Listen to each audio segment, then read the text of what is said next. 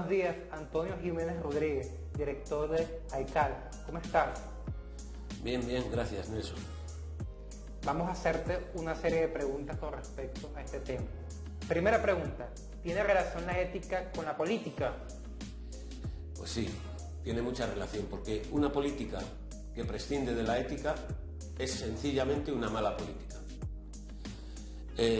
La ética es el eje principal alrededor del cual se pregunta, se reflexiona y analiza ¿para qué sirve realmente la ética? Bueno, pues bien, a menudo utilizamos la palabra ética sin conocer su auténtico significado. Cuando yo pregunto ¿qué es la ética?, realmente no encuentro a nadie que me sepa contestar correctamente. Habría que realizar algún tipo de encuesta, incluso por televisión, y preguntarle a la gente qué es lo que entiende por ética. La palabra ética va relacionada con el carácter de las personas y con el carácter de los pueblos, así como con la predisposición de las personas a tomar unas u otras decisiones. Las cuestiones éticas rodean un sinfín de temas de rabiosa actualidad, como pueden ser la posverdad, la utilización de las redes sociales o las posibilidades que plantea la biotecnología. Aparecen en un horizonte cada vez más dibujado ante nuestros ojos. Visiones apocalípticas se contraponen con perspectivas repletas de oportunidades de futuro. La ética no predica ni el optimismo ni el pesimismo, pero sí la ética cultiva el esmero en la esperanza. Si reparamos en la evolución de la historia de la humanidad, ha sido en un sentido positivo. El número de muertes, si comparamos, la evolución de la historia de la humanidad, vemos que la evolución ha sido en sentido positivo, ya que el número de muertes se ha reducido enormemente, el número de guerras también. Es decir, a medida que vamos avanzando en la humanidad, se ha abolido también la esclavitud, y cada vez, a medida que vamos avanzando en la humanidad, va dándose una mayor igualdad entre hombres y mujeres. Hay gente que busca construir un mundo mejor. Para esa gente hay razones para la esperanza. Hay que construir el mundo para que haya motivos para esperar que pueda ser mejor. El bien común, que tanto se habla de él, el bien común, es algo que se define por parte de todos los partidos políticos, si bien cada uno de ellos entiende o lo entiende de una manera determinada. Lo vemos, por ejemplo, cómo se posicionan prácticamente cada día ante los diferentes asuntos de interés de la ciudadanía los diferentes políticos en función de sus ideologías. ¿Dónde está la ética en política? La ética puede ser personal y también política. De hecho, la ética política es importantísima en una sociedad porque no hay auténtica política sin una base ética. Una política que prescinda de la ética, como dije antes, sencillamente es una mala política. Ni siquiera es inmoral, es mala. Y en efecto, la política debe perseguir el bien común. Es la clave que debe perseguir todo aquel que quiere hacer su carrera política o quiere entrar en política para el servicio del bien común. Lo que pasa es que ese bien común no tiene una única interpretación. A lo largo de la historia ha habido muchos modelos de interpretación de lo que es el bien común y sigue habiéndolos ahora. A mí me parece muy extraordinario, muy extraordinario que las sociedades democráticas dispongan de esa variedad de respuestas. En los regímenes totalitarios solo hay una respuesta de lo que es el bien común. En cambio, en los regímenes democráticos o más democráticos hay varias respuestas. Por eso me parece fundamental que haya ciudadanos maduros, lúcidos y con sentido común. Nosotros lo que tenemos, los políticos, lo que tienen que hacer es pensar distintas propuestas y analizar cuál pueden parecer más convenientes a los individuos y a la sociedad donde se desarrolla y cuáles no. No se trata de que el político de turno nos manipule para vendernos su alternativa. una ciudadanía lúcida estudia las distintas propuestas alternativas o alternativas de los políticos y valora realmente cuál que es la mejor. En esa valoración, desde luego, hay riesgos, pero bueno, son riesgos que hay que asumir. ¿Y está formada la ciudadanía a ese nivel para saber elegir qué alternativa que le presentan los distintos partidos políticos es la mejor? Pues rotundamente no lo está. No lo está. La ciudadanía, incluso los ciudadanos, podemos decir, no estamos preparados para poder afrontar estos temas y tomar reflexiones sobre las distintas alternativas que nos pueden proponer los partidos políticos. La clave de una democracia es una ciudadanía madura, reflexiva, ilustrada, capaz de argumentar y de razonar sobre diversos temas y, sobre todo, comprometida con ello, comprometida e implicada políticamente. Sin embargo, la experiencia me va demostrando que pocos y pocas ciudadanas y ciudadanos se encuentran en esta posición. Son capaces de reflexionar sobre cuál es la alternativa propuesta por los partidos políticos que puede ser mejor para el bien común de los individuos y de la sociedad en que se desenvuelve el individuo. Debería existir en todos los sistemas educativos mundiales una asignatura denominada ética. Vivimos en un mundo donde, sobre todo en la educación secundaria, no se cultiva la filosofía, no se cultiva el formar a los ciudadanos en esa asignatura pendiente que es la ética y que tan importante es para obtener ciudadanos maduros y llegar a regímenes realmente democráticos, donde los ciudadanos sean capaces de decidir entre las diferentes alternativas propuestas por los diferentes partidos políticos. Segunda pregunta. ¿Vivimos en tiempos convulsos a nivel moral? Pues ese es el asunto, la pregunta la entiendo como en el presente, digamos, tenemos una ética superior o moralmente superior a la que hubo en el pasado.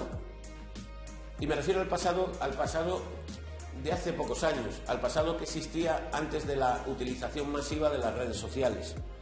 Bueno, pues bien, digamos que analizando lo que es el presente y lo que fue el pasado antes de las redes sociales y lo que puede ser el futuro, podemos ver que en la actualidad y probablemente en el futuro más hay una serie de elementos derivados de las nuevas tecnologías, de la comunicación y de la información que los ciudadanos no podemos controlar, no vamos a poder controlar. Efectivamente, gracias al avance exponencial de las nuevas tecnologías o de las nuevas tecnociencias, ya sea desde el punto de vista de la biotecnología o desde el punto de vista de la inteligencia artificial, va a haber muchos más medios para que ni una sola persona del mundo pase hambre, pase frío o pase sed. Tenemos a nuestra disposición una gran cantidad de instrumentos para superar, por ejemplo, las enfermedades.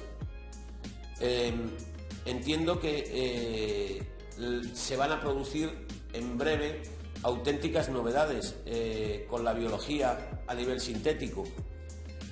Lo que quiero decir es que tenemos que intentar conjugar estas nuevas tecnologías con el cumplimiento de los derechos humanos, si queremos estar en sociedades democráticas avanzadas. Y ese es un fin ético, el conjugar las nuevas tecnologías con los derechos humanos que debe perseguir todo partido político.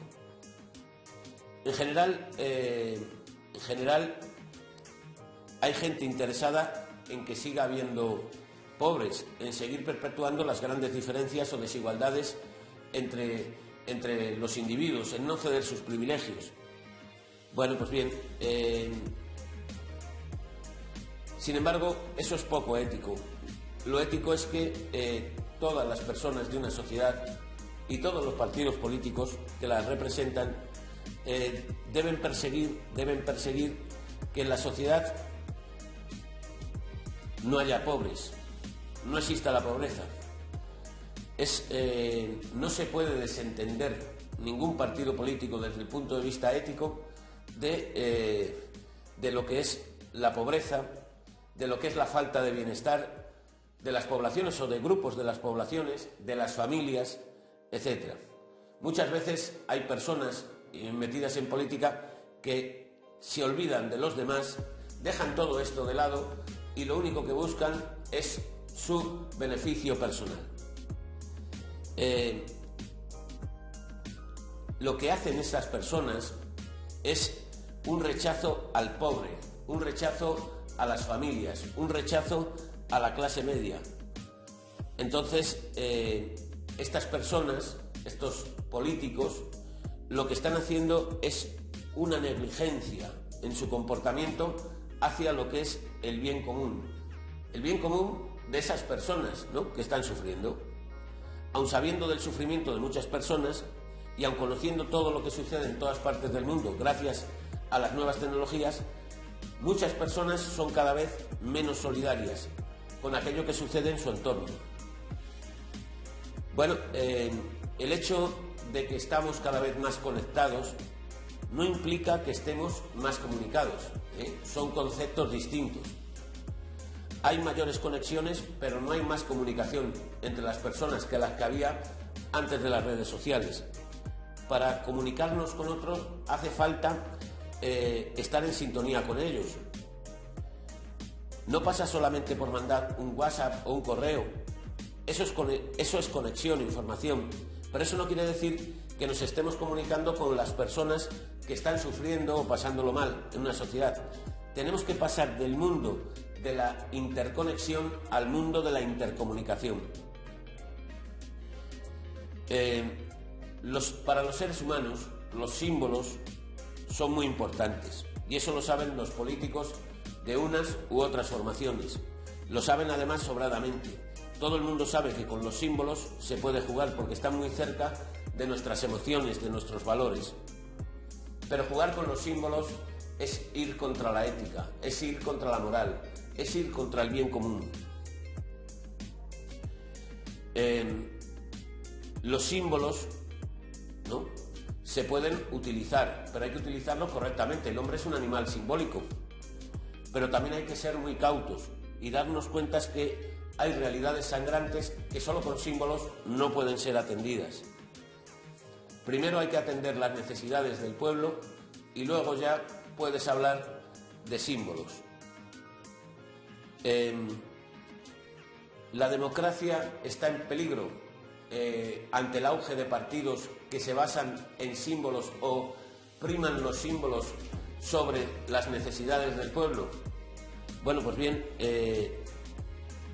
yo creo que la democracia está en peligro, pero no solo por esa razón, sino por otras muchas, como pueden ser, y es la principal, que cada vez se busca desde los medios de comunicación, desde los partidos políticos, que la ciudadanía se implique cada vez menos en la vida democrática. Ese es el verdadero problema que existe para la democracia. Necesitamos, como decía antes, necesitamos una ciudadanía, unos ciudadanos maduros y reflexivos. Los partidos políticos no les interesa, a los partidos políticos no les interesa ese tipo de ciudadanos maduros y reflexivos. ¿Por qué? Porque pueden analizar sus propuestas y la mayoría de las propuestas que presentan los partidos políticos son, construcciones sobre bancos de arena. Es decir, no tienen cimientos fuertes y sólidos, ¿no?, que persiguen al bien común.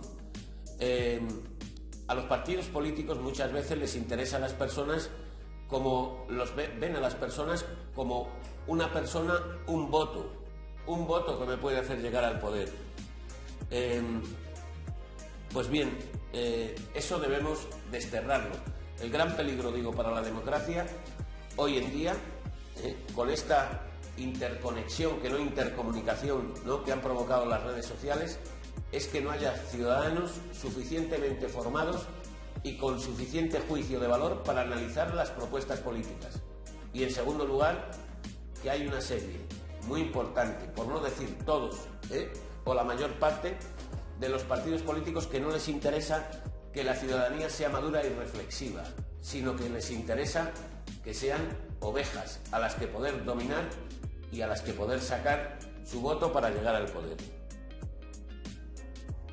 Tercera pregunta. ¿Se necesita un acuerdo real en los valores de los que queremos vivir? Vamos a ver. ¿Se necesita un acuerdo? Sí, se necesita un acuerdo. Se necesitan construir señales éticas de identidad. Es decir, señales éticas de identidad. Establecer cuáles son los valores primordiales en las sociedades. Ese debe ser el fin, debería ser un fin principal para los partidos políticos. Es decir, los partidos políticos deberían ponerse en común sobre los valores, ¿no?, que quieren compartir con la sociedad. Por ejemplo, compartimos la libertad, ¿no?, porque entendemos que la libertad es mejor que la esclavitud. Compartimos la igualdad porque entendemos que la igualdad es mejor que la desigualdad. Compartimos la solidaridad porque entendemos que es mejor que el desprecio.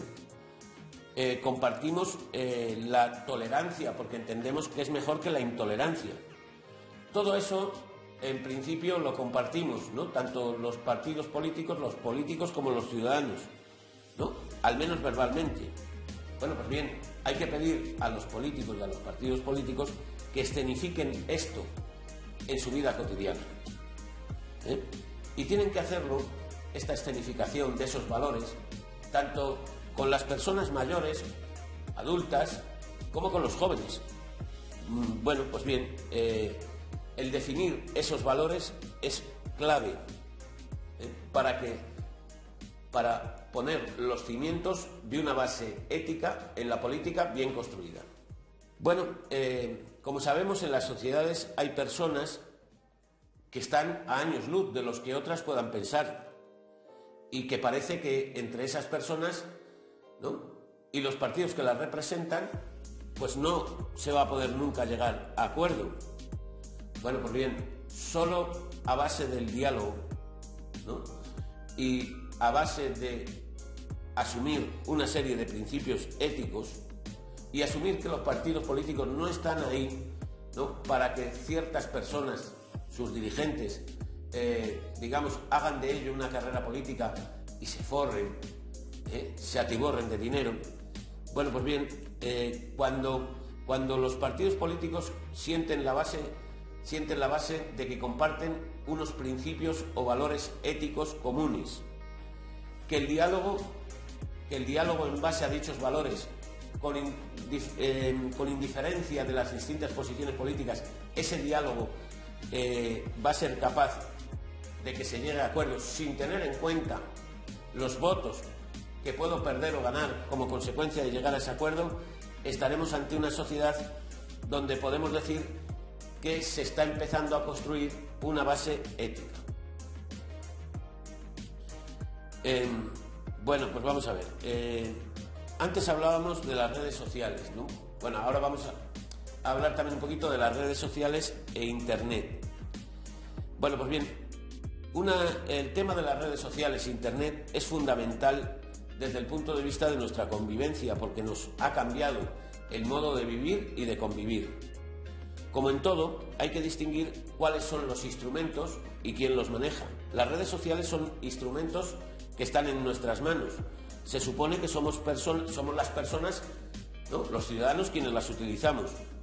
Y si la persona en cuestión es sensata y responsable, seguro que las usará para entretenerse, para establecer conexión con otras personas o para otras cosas maravillosas o buenas que nos pueden llevar las redes. Lo que ocurre es que la persona tiene que ser la que domine el instrumento, la persona tiene que ser la que domine a las redes sociales y al Internet, y no al revés.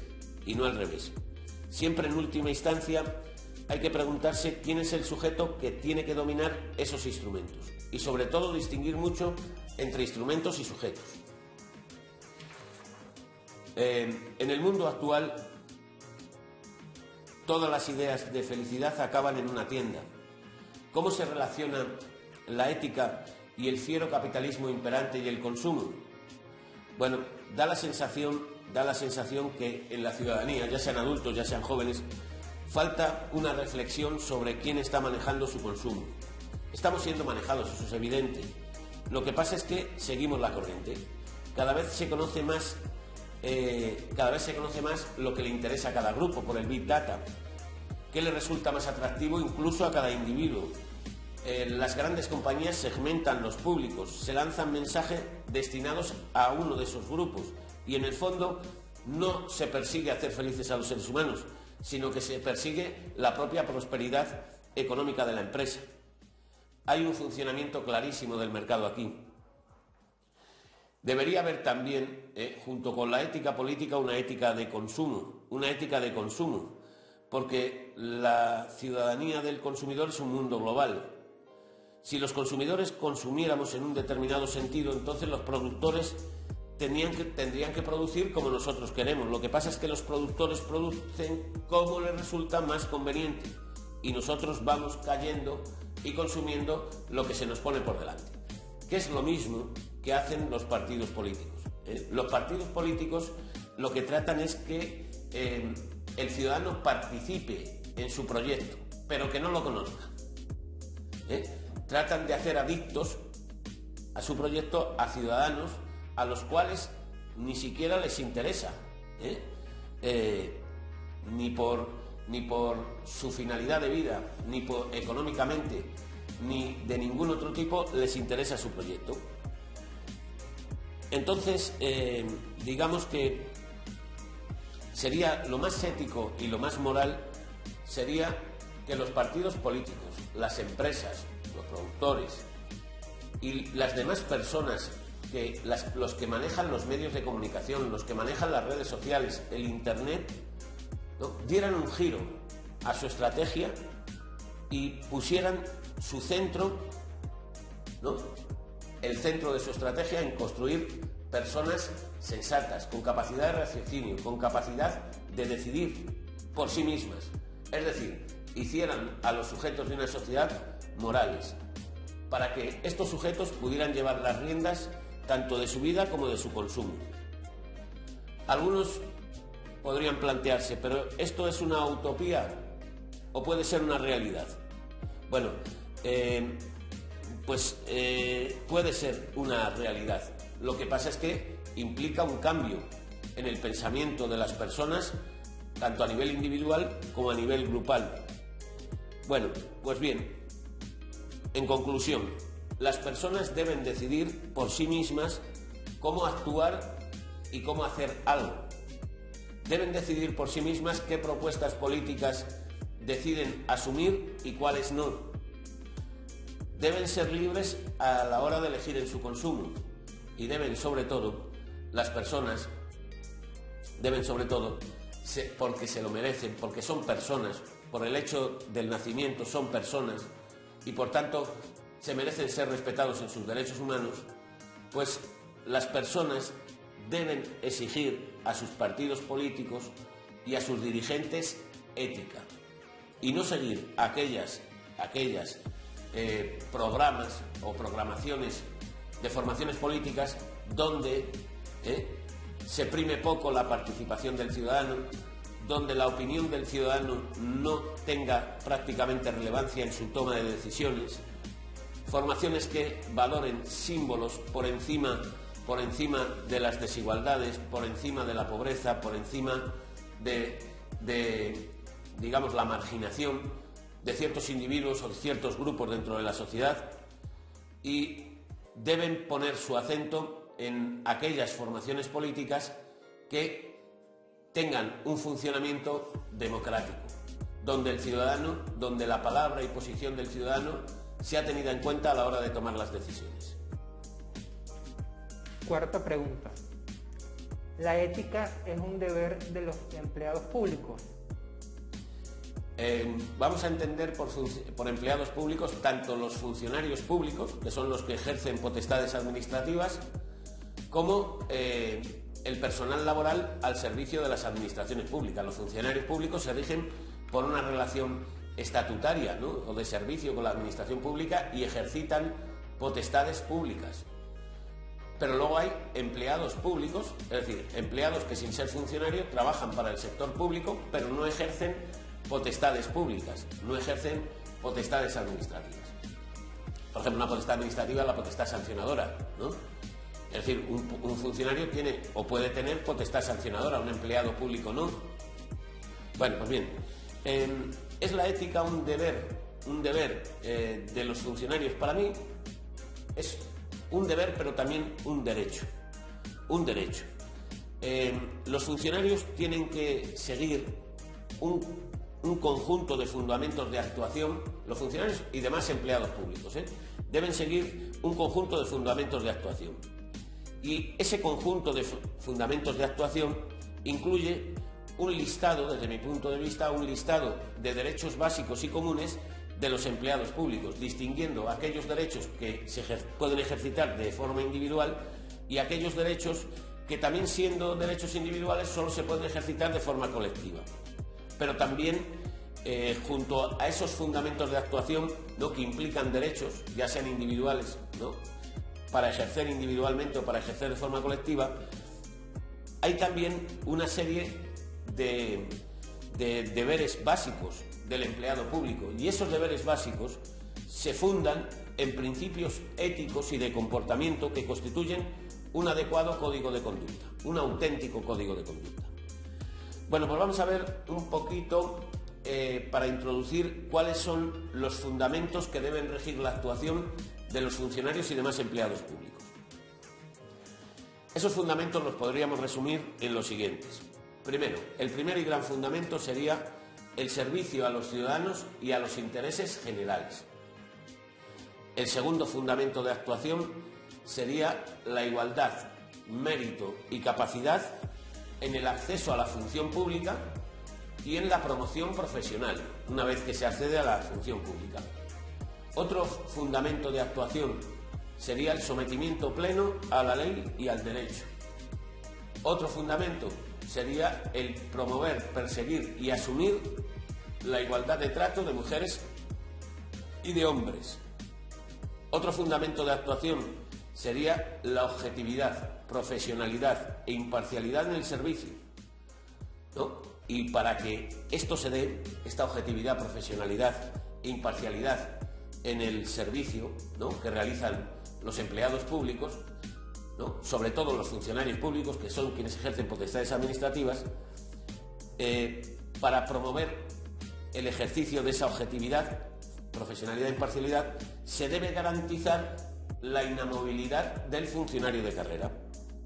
Otro fundamento de actuación sería que los empleados públicos, funcionarios y demás empleados,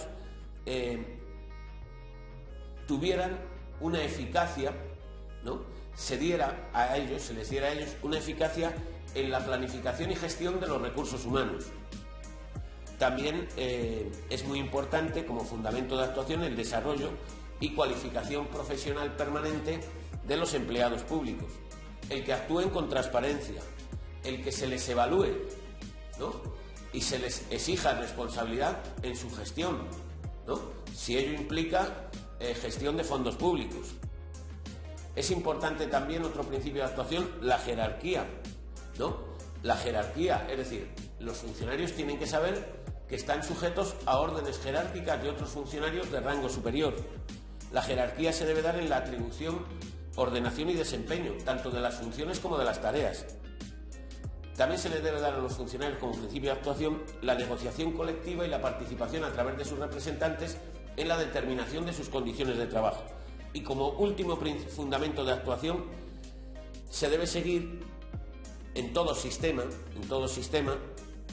cooperación entre, si hay más de una administración pública, cooperación entre las distintas administraciones públicas en la regulación y gestión del empleo público. Bueno, pues sobre la base de estos fundamentos de actuación se construyen los derechos individuales de los empleados públicos y los derechos colectivos, que también son derechos individuales, pero que se ejercen colectivamente. Y sobre esos fundamentos de actuación también se construyen los deberes básicos de los empleados públicos.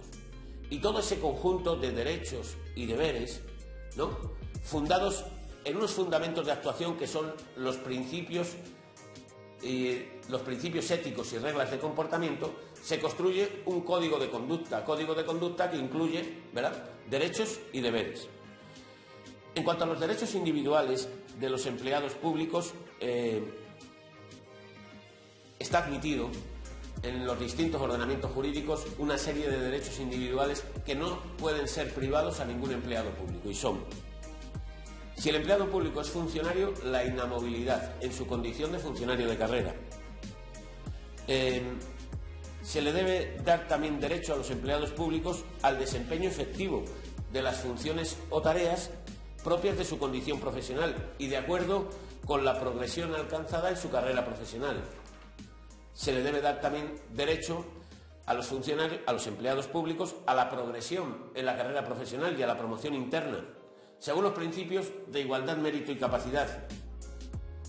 Se le debe dar también derecho a los funcionarios públicos a percibir las retribuciones y las indemnizaciones que le puedan corresponder por razones de servicios, a participar en los objetivos, en la consecución de los objetivos atribuidos a la unidad administrativa donde presten sus servicios y a ser informados por sus superiores de las tareas a desarrollar. Se le debe dar derecho también a la defensa jurídica y protección de la administración pública en los procedimientos que se sigan ante cualquier orden jurisdiccional como consecuencia del ejercicio legítimo de sus funciones públicas.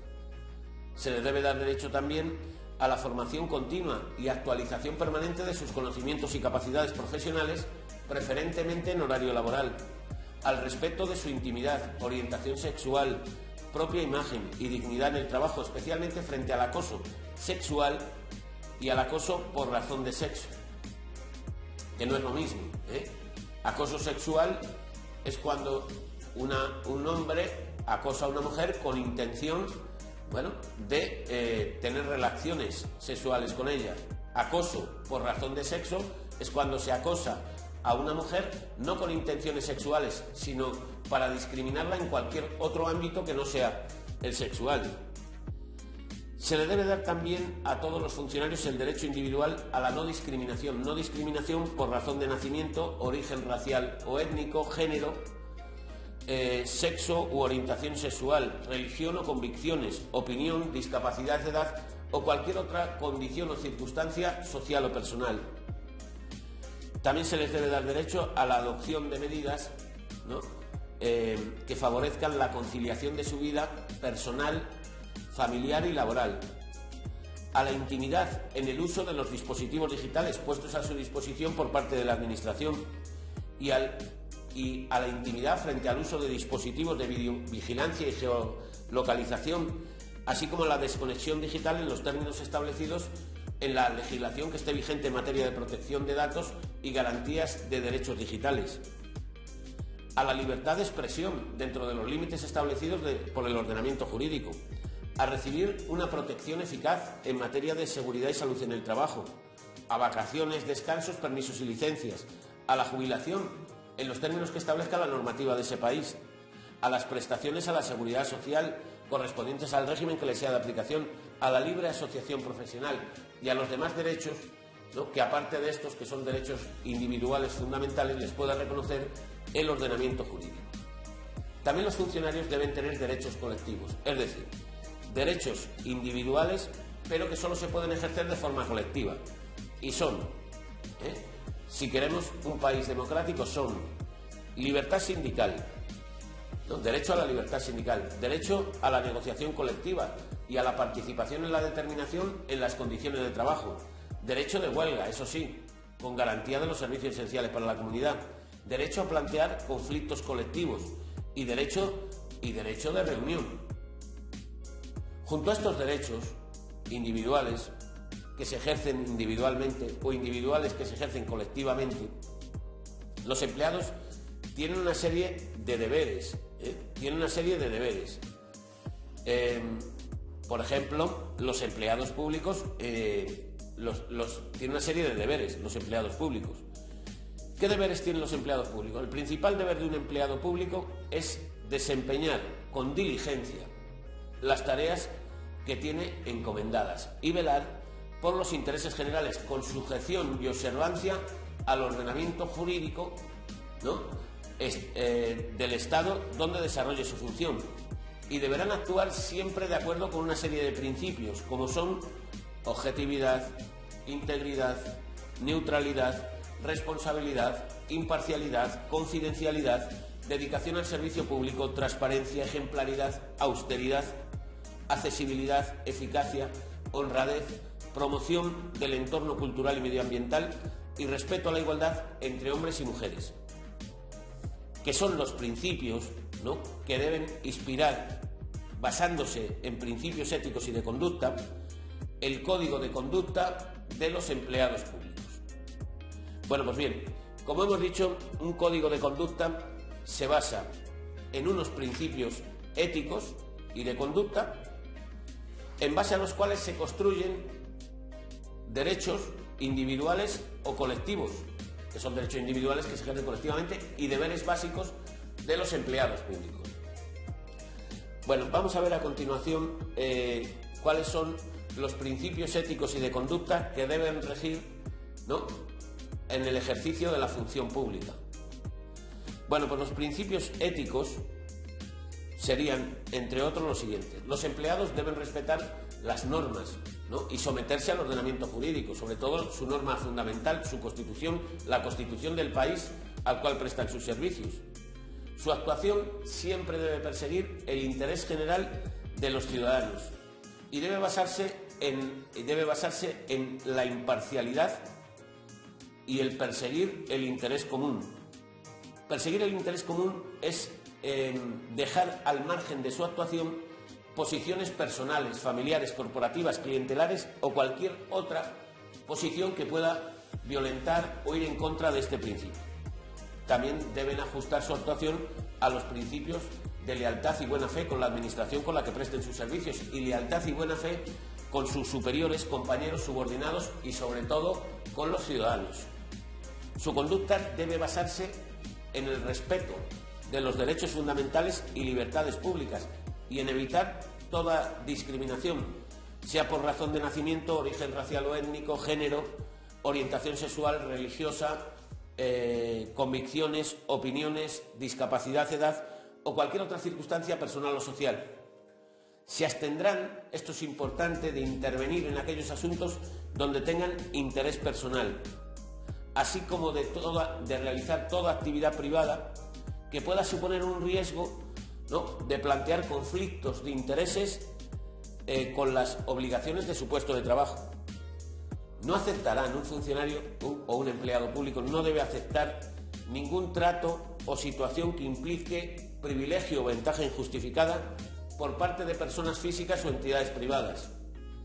Debe actuar un funcionario o un empleado público siempre con arreglo a los principios de eficacia, economía y eficiencia, y deben vigilar la consecución del interés general y el cumplimiento de los objetivos de la unidad administrativa donde estén destinados. No deben influir en la agilización o resolución de trámite o procedimiento administrativo sin justa causa y en ningún caso cuando ello comporte beneficio por el cargo, ¿no?, que están ocupando o suponga un menoscabo de intereses de terceros. Deben cumplir las tareas que tienen encomendadas con diligencia y deben resolver los procedimientos o expedientes administrativos de su competencia, ¿no?, de que conozcan, pues en el plazo establecido legalmente. También deben ejercer sus actividades con sujeción al principio de dedicación al servicio público, absteniéndose de todo tipo de conductas contrarias al mismo. Es decir, de conductas que puedan influir en la neutralidad en el ejercicio de los servicios públicos. Y el último principio ético es que los funcionarios deben guardar secreto de las materias clasificadas u otras cuya difusión esté prohibida legalmente y mantendrán la debida discreción sobre aquellos asuntos que conozcan por razón de su cargo, sin que puedan hacer uso de la información obtenida para su beneficio propio o de terceros o en perjuicio del interés público. Junto a estos principios éticos, hay unos principios que deben regir la conducta de los empleados públicos, que se denominan principios de conducta, y son los siguientes. Deben tratar los funcionarios y empleados públicos con atención y respeto a sus ciudadanos, a sus superiores y a los restantes empleados públicos, deben desempeñar su tarea cumpliendo la jornada y el horario de trabajo establecidos. Obedecerán las órdenes e instrucciones de sus superiores, salvo que constituyan una infracción manifiesta del ordenamiento jurídico, en cuyo caso las pondrán esas órdenes inmediatamente en conocimiento de los órganos de inspección procedentes. Informarán a los ciudadanos sobre aquellas materias o asuntos que tengan derecho a conocer y facilitarán el ejercicio de los derechos y el cumplimiento de las obligaciones por parte de estos. Administrarán los recursos y bienes públicos con austeridad y no utilizarán los mismos en provecho propio o de personas allegadas. También, asimismo, tendrán el deber de velar por su conservación. Rechazarán cualquier regalo, favor o servicio en condiciones ventajosas, que vaya más allá de los usos habituales sociales o de cortesía. Garantizarán la constancia y permanencia de los documentos para su transmisión y entrega a sus posteriores responsables. Mantendrán, es importante, actualizada su formación y cualificación profesional. Observarán las normas sobre seguridad y salud laboral. Pondrán en conocimiento de sus superiores o de los órganos competentes las propuestas que consideren adecuadas para mejorar el desarrollo de las funciones de la unidad administrativa en la que estén destinados. A estos efectos se podrá prever la creación de la instancia adecuada competente para centralizar la recepción de las propuestas de los empleados públicos o administrados que sirvan para mejorar la eficacia en la prestación del servicio público, y garantizarán, cuando estén en países donde haya varias lenguas oficiales, deben garantizar la atención al ciudadano en la lengua que lo solicite. Eso sí, siempre que sea oficial en ese territorio. Como he dicho, digamos que la ética en el ejercicio de la función pública, la ética en el empleo público, se basa en la construcción, sobre una base de principios éticos y de conducta, en la construcción de unos derechos individuales o ejercitables colectivamente y de unos deberes básicos para los empleados públicos. Todo ese conjunto de principios, derechos y deberes constituye lo que llamamos o debemos llamar código de conducta o código ético aplicable a la función pública. Quinta pregunta. ¿Existen sanciones a la falta de ética? En determinados ordenamientos jurídicos sí, y en todos los ordenamientos jurídicos existen sanciones a la falta de ética. En unos ordenamientos jurídicos esas sanciones se aplican con más rigidez y en otras con menos rigidez. Pero siempre, en cualquier ordenamiento jurídico, existe un régimen disciplinario aplicable a los funcionarios públicos. Régimen disciplinario para corregir, que existe para corregir las infracciones del personal al servicio de las administraciones públicas cometidas en el ejercicio de sus funciones y cargos, sin perjuicio, de que además de ese régimen disciplinario se les pueda exigir responsabilidad patrimonial o responsabilidad penal por las infracciones cometidas en el ejercicio de su función o cargo público. La potestad disciplinaria se debe basar en 5 principios básicos.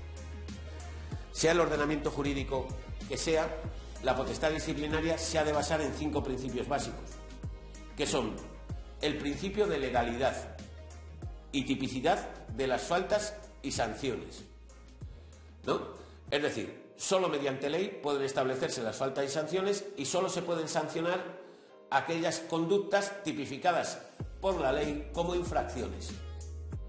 Segundo principio, el principio de irretroactividad de las disposiciones sancionadoras no favorables y restrictivas de los derechos, la irretroactividad de las disposiciones sancionadoras no favorables y la retroactividad de las disposiciones favorables al presunto infractor.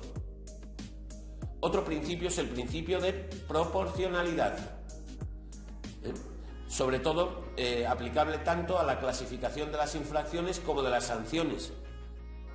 Otro principio es el de culpabilidad y otro principio es el de presunción de inocencia.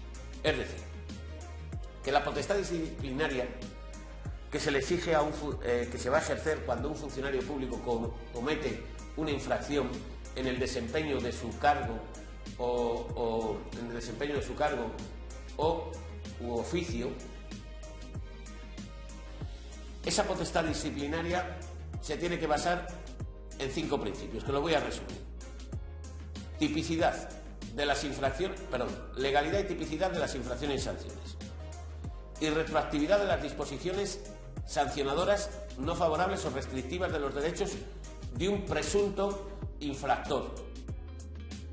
Principio de proporcionalidad, es decir, las infracciones se calificarán en muy graves, graves o leves en función del perjuicio, ¿no?, que se haya causado al interés público, y las sanciones también serán acorde a la clasificación de esas infracciones. El principio de culpabilidad. Para que un funcionario sea responsable, ha de ser culpable de su actuación. Es decir, los daños que pueda causar un funcionario a un tercero, sin que haya dolo o negligencia grave, por esos daños no puede ser sancionado el funcionario. Y por último, la presunción de inocencia, hasta que la sanción sea firme, en vía administrativa y, en su caso, en vía judicial. También, para que un régimen disciplinario aplicable a los empleados públicos sea eficaz y se pueda considerar ético, pues ese régimen disciplinario que va a llevar a la imposición de sanciones por la comisión de infracciones, ese régimen disciplinario se debe ejercer a través de la instrucción de un procedimiento disciplinario.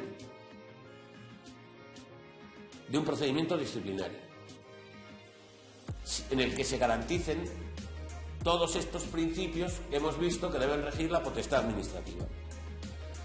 Bueno, pues bien, ¿qué infracciones o faltas pueden cometer los funcionarios públicos? Pues pueden cometer infracciones o faltas disciplinarias, que se pueden clasificar y se clasifican en todas las legislaciones como muy graves, graves o leves.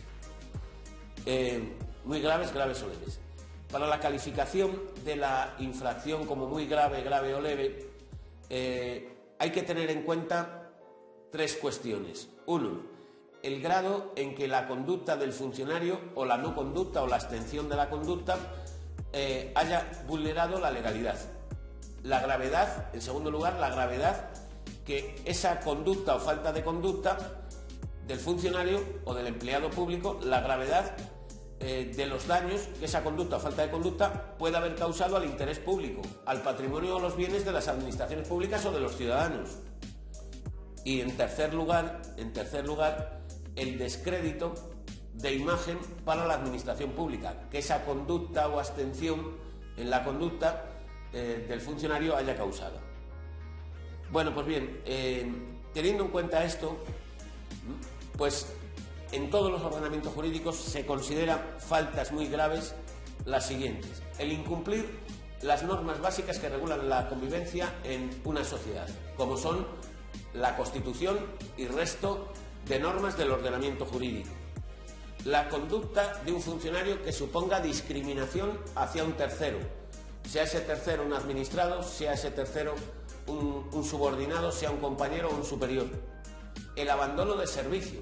El abandono de servicio es no hacerse cargo voluntariamente de las tareas que tiene encomendadas, ¿no?, sin ningún tipo de razón justificada; la adopción de acuerdos manifiestamente ilegales que causen perjuicio grave a la administración o a los ciudadanos; la publicación o utilización indebida de la información a que hayan tenido acceso como consecuencia del ejercicio de la función pública; la negligencia en la custodia de secretos oficiales; el notorio incumplimiento de las funciones esenciales de su puesto de trabajo; la violación de la imparcialidad, incluyendo la influencia que puedan causar en procesos electorales de cualquier naturaleza y ámbito; la desobediencia abierta a las órdenes o instrucciones de un superior, salvo que dichas órdenes o instrucciones supongan una infracción manifiesta del ordenamiento jurídico; la prevalencia de la condición de empleado público para obtener un beneficio, para sí o para otro; la obstaculización del ejercicio de libertades públicas y derechos sindicales; la realización de actos encaminados a coartar el libre ejercicio del derecho de huelga, el incumplimiento de atender los servicios esenciales en caso de huelga, el incumplimiento de las normas de incompatibilidades cuando ello dé lugar a una situación de incompatibilidad, la incomparecencia injustificada ante los órganos legislativos, si son requeridos para ello por una comisión, ¿no?, creada ad hoc, el acoso laboral y por último las conductas que supongan, en el caso del personal laboral al servicio de las administraciones públicas, conductas que supongan o impidan ejercer los derechos que tienen los funcionarios reconocidos por los correspondientes convenios colectivos. Como faltas graves hay que señalar, entre otras, pues la falta de obediencia debida a los superiores y autoridades, el abuso de autoridad en el ejercicio del cargo, ¿no?, que hay demasiados funcionarios que abusan de la autoridad en el ejercicio de su cargo, las conductas constitutivas de un delito doloso relacionado con el servicio o actividad que desarrollan, ¿no?, siempre que esa conducta cause daños a la administración o a los ciudadanos, la tolerancia de los superiores respecto de la comisión de faltas graves o muy graves por sus subordinados, la grave desconsideración de un empleado público con sus superiores, compañeros o subordinados, el causar daños graves en locales, materiales o documentos, ¿no?, de los servicios de la unidad donde estén destinados, intervenir en un procedimiento administrativo cuando concurran causas de abstención por haber intereses personales, la emisión de informes y acuerdos manifiestamente ilegales cuando causen perjuicio a la administración, a los ciudadanos y no puedan ser considerados como falta muy grave, la falta de rendimiento que afecte al funcionamiento del servicio, el no guardar debido sigilo respecto a los asuntos que conozcan por razón del cargo cuando causen perjuicio a la administración o se utilicen en provecho propio, el incumplimiento de los plazos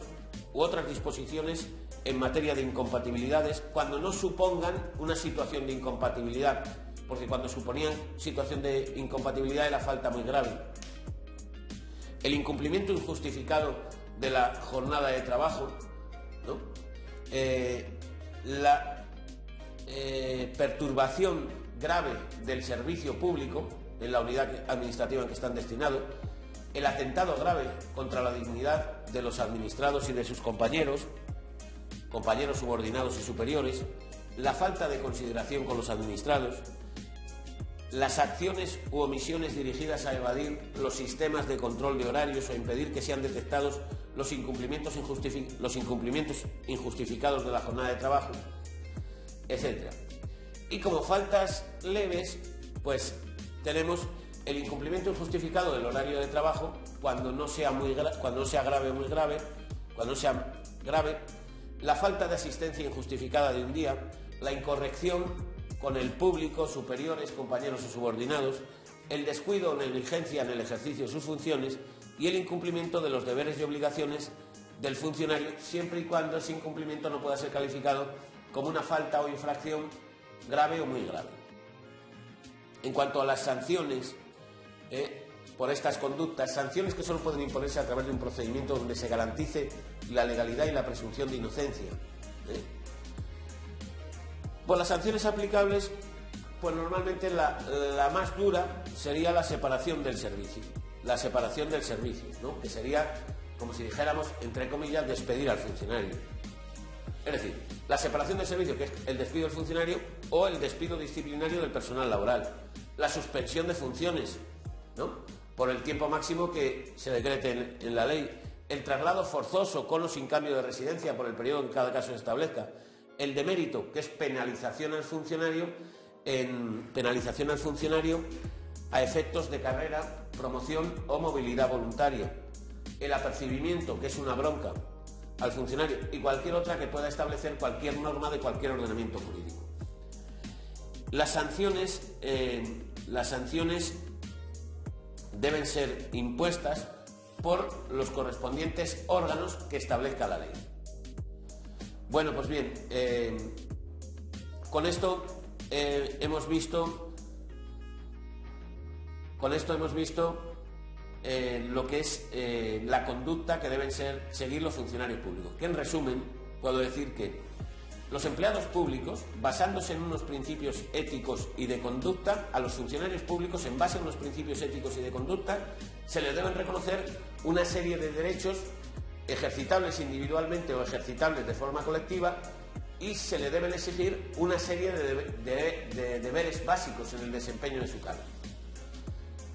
Esos principios y esos derechos y esos deberes constituyen lo que denominamos el código ético de conducta de los funcionarios públicos. Cuando los funcionarios públicos, en el ejercicio de sus funciones, transgreden esos principios o sobrepasan, ¿no?, el ejercicio de los derechos o disminuyen, ¿no?, los deberes que les son aplicables, están cometiendo faltas que podemos calificar de disciplinarias, por las cuales pueden recibir unas sanciones. Faltas y sanciones al margen, ¿no?, de las responsabilidades patrimoniales o penales en que puedan haber incurrido en su conducta, y que se le van a poder exigir también a nivel judicial. La responsabilidad disciplinaria siempre es a nivel administrativo. Ahora, dentro de las faltas que pueden cometer los funcionarios en todos los ordenamientos jurídicos, estas se clasifican en muy graves, graves y leves. Y las sanciones aplicables van proporcionadas a que la sanción se califique como muy grave, grave o leve. Cuando la infracción se califica de muy grave, ¿no?, puede conllevar la separación del servicio de los funcionarios de carrera o el despido disciplinario de los empleados públicos no funcionarios. Cuando se califica de grave, digamos, la sanción puede ser desde el demérito hasta la suspensión de funciones, demérito, traslado con cambio de residencia. Cuando la infracción sea leve, la sanción normal es un apercibimiento. Todo este régimen sancionador se ha de basar en una serie de principios, ¿no?, como son el de legalidad, el principio de legalidad y el de tipicidad, el principio de presunción de inocencia, el principio de un procedimiento disciplinario justo y acorde a la naturaleza de la falta cometida. Bien. Sexta pregunta. ¿Qué es un código ético? Un código ético, hemos visto en el caso de los funcionarios públicos, de los empleados públicos, que pueden ser funcionarios o no, hemos visto que un código ético es, un código ético de conducta es un manual o texto, ¿no?, que recoge los principios éticos y de conducta que debe seguir un profesional, un funcionario, una persona que se dedique al mundo de los negocios, ¿no?, es decir, un empleador, un político, unos partidos políticos. Es decir, un código ético de conducta es un manual que recoja una serie de principios éticos y de actuación aplicables a un colectivo determinado, y que, en virtud de esos principios, reconoce derechos individuales o colectivos a ese colectivo determinado y les impone una serie de deberes básicos que han de cumplir. Cuando digamos que el colectivo afectado por ese código ético de conducta no ejercita adecuadamente sus derechos o no cumple debidamente sus deberes, siempre que el incumplimiento se deba a dolo o negligencia grave, ¿no?, pues en todo código ético de conducta se debe establecer un procedimiento sancionador. Es decir, un procedimiento que, en base a la tipificación de la conducta como infracción grave, muy grave, grave o leve, ¿no?, en base a esa tipificación conlleve, en su caso, la imposición de sanciones, ¿no?, sanciones a la persona que ha incumplido el código ético, que puede ser, por las faltas muy graves, la sanción puede ser la retirada de esa persona del colectivo. Por ejemplo, si un médico incumple un código ético de conducta, ¿no? Pues puede ser expulsado del colegio profesional donde desarrollaba su función de médico, ¿no? E incluso puede ser expulsado de la profesión, no dejándosele ejercer ningún tipo de actividad médica, ¿no? Eso, por ejemplo, sería una sanción muy grave, por infracciones muy graves. O se le puede suspender temporalmente del ejercicio de su profesión, o se le puede apercibir por parte de quien está a cargo, ¿no?, del mantenimiento y cumplimiento del código ético, diciéndole que, como se le vuelve a percibir por su conducta, bueno, pues se le puede poner una sanción a la siguiente vez por reiteración superior, como puede ser una suspensión en el ejercicio de sus funciones. Es decir, un código ético, por así decirlo, es un manual que, basándose en principios éticos y de conducta, se impone a un colectivo. Y en base a esos principios éticos y de conductas, ese colectivo se le garantiza el ejercicio de una serie de derechos y se le exige el cumplimiento de unos deberes. El ejercicio inadecuado de los derechos o el incumplimiento de los deberes en todo código de conducta ético debe ser sancionado. ¿Por quién? Pues por quien tenga a su cargo el cumplimiento del código ético de conducta. Todo código ético de conducta ha de ser puesto, ha de garantizarse su cumplimiento por una comisión o una serie de personas que, teniendo capacidad para instruir un procedimiento sancionador en caso de infracciones en el ejercicio de esos derechos o en el cumplimiento de esos deberes, que en base a el ejercicio de un procedimiento sancionador puede imponer sanciones a aquel que ha incumplido el código ético. Un código ético sin la posibilidad de imponer sanciones a quien se salte los principios, ¿no?, por un ejercicio inadecuado de sus derechos o un cumplimiento indebido, un incumplimiento de sus obligaciones o deberes, un código ético que no prevea un procedimiento sancionador, pues sería un código ético que queda en papel mojado, ¿no? Y eso no queremos en nuestras sociedades, ¿eh? Los códigos éticos deben aplicarse en el mundo de los negocios, deben aplicarse en el mundo del ejercicio de profesiones oficiales o no oficiales, deben aplicarse en el ámbito de la política, en el ámbito de la función pública, en el ámbito de la administración pública, en el ámbito del ejercicio de cargo público y en cualquier otro ámbito de la vida donde los comportamientos de los individuos puedan causar daños a otros individuos o a las administraciones públicas o al bien común. Bien común que, como decimos, no tiene una definición única, ¿eh? ¿Por qué? Porque el bien común para los diferentes colectivos es diferente. Lo único que el bien común, eso sí, debe perseguir un fin, y el fin es el interés público o el interés del servicio público. Ese es el fin que debe perseguir el bien común. Una vez que, sobre la base de ese fin, las sociedades pueden defender o definir lo que entienden por bien común. Por último, ¿te quieres dar unas conclusiones?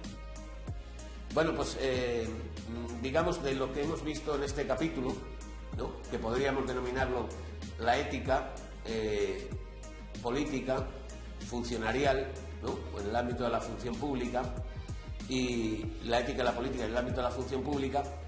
Bueno, pues por hacer un breve resumen de lo que he expuesto, pues podemos decir que la ética o las cuestiones éticas son aplicables a un sinfín de temas, ¿no?, a un sinfín de temas que son actuales.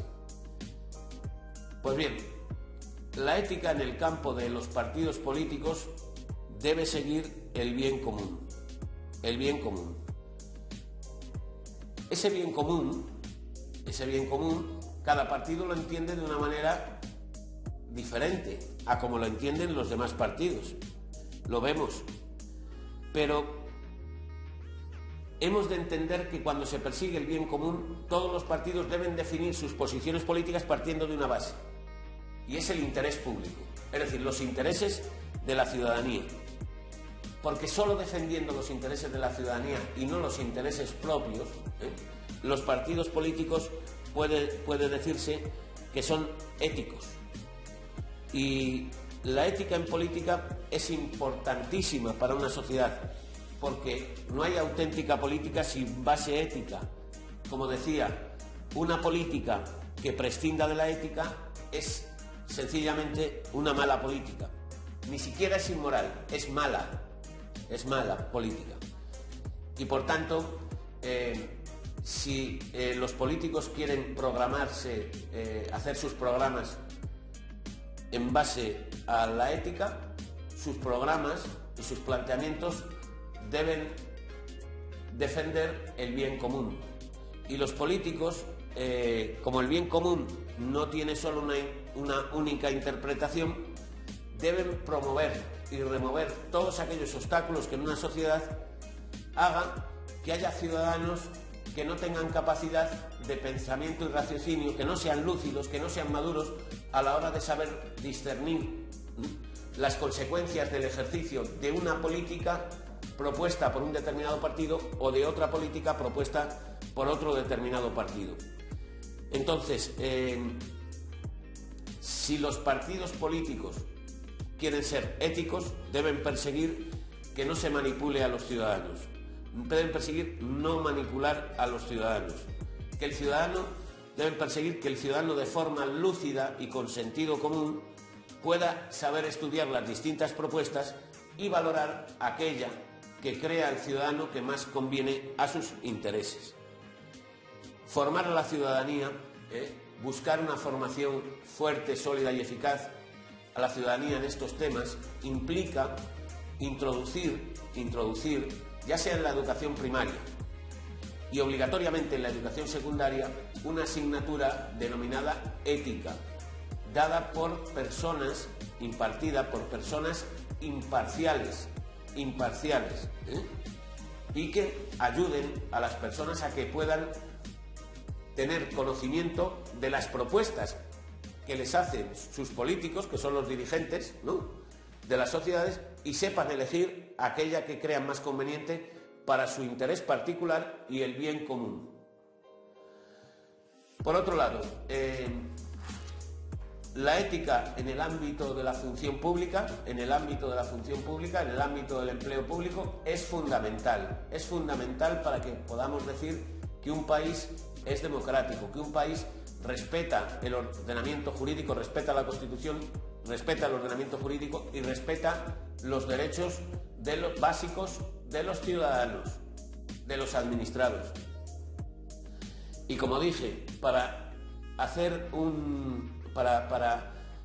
establecer un código ético que rija el ejercicio del empleo público, ¿no?, es preciso definir los principios éticos y de conductas que rigen ese código ético y los derechos y deberes, ¿no?, que tienen los empleados públicos y demás funcionarios públicos, los derechos y deberes que pueden ejercitar, cómo pueden ejercitarlo y hasta qué límite pueden ejercitarlos dentro del código ético, y sancionar aquellas conductas que puedan ser constitutivas de infracción de los principios éticos y de conductas por exceder del ámbito de los derechos y de las obligaciones que dicho código ha reconocido a los empleados públicos. Hay una pregunta que me suelen hacer y que es la siguiente: ¿se debería establecer un código ético de conducta para los partidos políticos? ¿Se debería establecer por ley, por norma con rango de ley? Sí, se debe establecer. De hecho, en determinadas legislaciones hay lo que se llama la ley de partidos políticos. En esas leyes de partidos políticos, cada sociedad, cada Estado, ¿no?, debe prever unos principios éticos y de conducta, no laxos, y debe darles una serie de derechos y una serie de deberes a esas organizaciones que son los partidos políticos y hacer efectivo la sanción en caso de que incumplan esos derechos y deberes. El problema que está ocurriendo en aquellas sociedades donde existen leyes de partidos políticos que tienen siempre un procedimiento sancionador que puede llegar hasta la ilegalización del partido político y, por tanto, la muerte o disolución del mismo. Bueno, pues el problema que hay en esas leyes de partidos políticos es que, digamos, las sanciones administrativas que prevén no se suelen aplicar por falta de un órgano debidamente independiente que tenga a su cargo el procedimiento disciplinario sancionador, el procedimiento sancionador. Es decir, lo que no se puede hacer es que los propios partidos políticos formen parte de la comisión que debe velar por el cumplimiento por parte de los partidos políticos de los códigos éticos de conducta. Eso es lo que hace que no funcionen esos códigos éticos de conducta aplicables a los partidos políticos y a los miembros de los partidos políticos. Hace que no funcionen porque el órgano encargado de la supervisión del posible incumplimiento es un órgano político y no un órgano independiente de la política. Es un órgano formado por representantes de los partidos políticos y no por terceros, ajenos a los partidos políticos, que puedan actuar con plena independencia, ¿no?, en el ejercicio de la función instructora de un procedimiento sancionador y sancionadora. Solo cuando se creen ese tipo de órganos de cumplimiento, ¿no?, de códigos éticos, ya se han establecido legalmente, ya se han establecido convencionalmente, podemos decir que habrá una ética en política, porque una política que prescinde de la ética es una mala política.